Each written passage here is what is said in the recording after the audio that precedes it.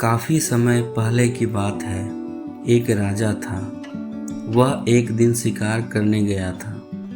बारिश के मौसम के कारण यह पता लगाना बहुत मुश्किल था कि बारिश कब होगी। अचानक तेज बारिश होने लगी। तेज बारिश के कारण राजा अपने महल जाने के रास्ते से भटक गया और अपने सिपाहियों से अलग हो गया। भूख, प्यास और थकावट से राजा तड़प रहा था। उस राजा को बड़ी दूर 3 बच्चे खेलते नजर आए।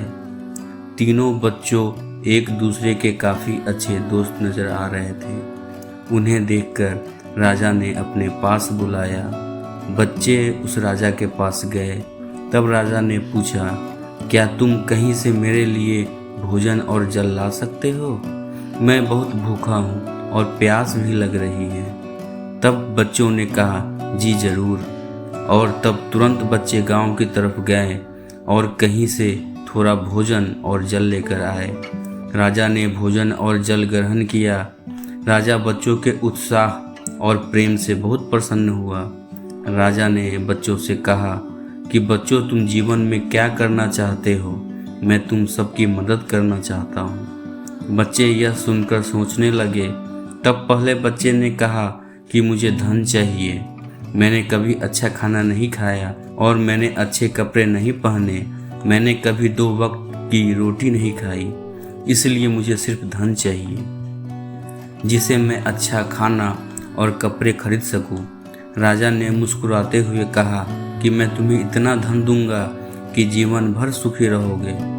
इस बात को सुनकर बच्चे की खुशी का ठिकाना ही नहीं रहा। राजा ने अब दूसरे बच्चे से पूछा कि तुम्हें क्या चाहिए? उस बच्चे ने कहा, क्या आप मुझे बड़ा बंगला और घोड़ा गाड़ी देंगे? तब राजा ने कहा, क्यों नहीं, मैं तुम्हें आलीशान बंगला और घोड़ा गाड़ी दूंगा। अब राजा ने तीसरे बच्चे से पूछा, तुम्हें क्या चाहिए? तीसरे बच्चे ने कहा कि मुझे बहुत सारा धन या बंगला नहीं चाहिए।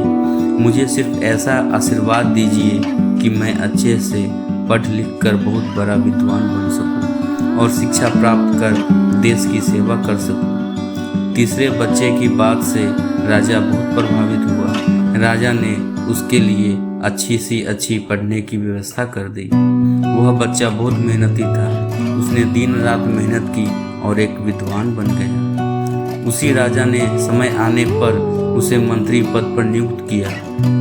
एक दिन राजा को वर्षों पहले घटना की याद आई। उन्होंने मंत्री से कहा, तुम्हारे साथ जो 2 बच्चे थे उसका क्या हुआ? मैं एक बार तुम तीनों को एक साथ देखना चाहता हूँ, इसलिए तुम दोनों मित्रों को भोजन पर आमंत्रित कर दो। मंत्री ने मित्रों को आमंत्रित किया। अगले दिन सभी एक साथ राजा के सामने प्रस्तुत हुए। राजा ने दोनों को अपने बारे में बताने को कहा। तब जिस बच्चे ने धन मांगा था वह बहुत दुखी होकर बोला, राजा साहब, मैंने आपसे धन मांगकर बहुत बड़ी गलती कर दी। मैं बहुत सारा धन लेकर आलसी हो गया। मैंने बेकार की चीज़ों में अपना धन व्यर्थ कर दिया। मेरा कुछ धन तो चोरी भी हो गया। अब जिस बच्चे ने घोड़ा गाड़ी और बंगला मांगा था उस बच्चे से महाराजा ने पूछा। तब उसने कहा, मैं आपसे बंगला और घोड़ा गाड़ी लेने के बाद ठाठ माठ से अपने बंगले में रहने लगा, पर वर्षों पहले आई बाढ़ में मेरा सब कुछ बर्बाद हो गया और मैं भी पहले की जैसी परिस्थिति में पहुंच गया। दोस्तों, इससे हमें जो नैतिक सीख मिलती है वो है कि धन संपदा हमेशा मनुष्य के पास नहीं रहते, परंतु शिक्षा रूपी ज्ञान जीवन भर मनुष्य के काम आता है और इसे कोई भी चोरी नहीं कर सकता। इसलिए सबसे बड़ा धन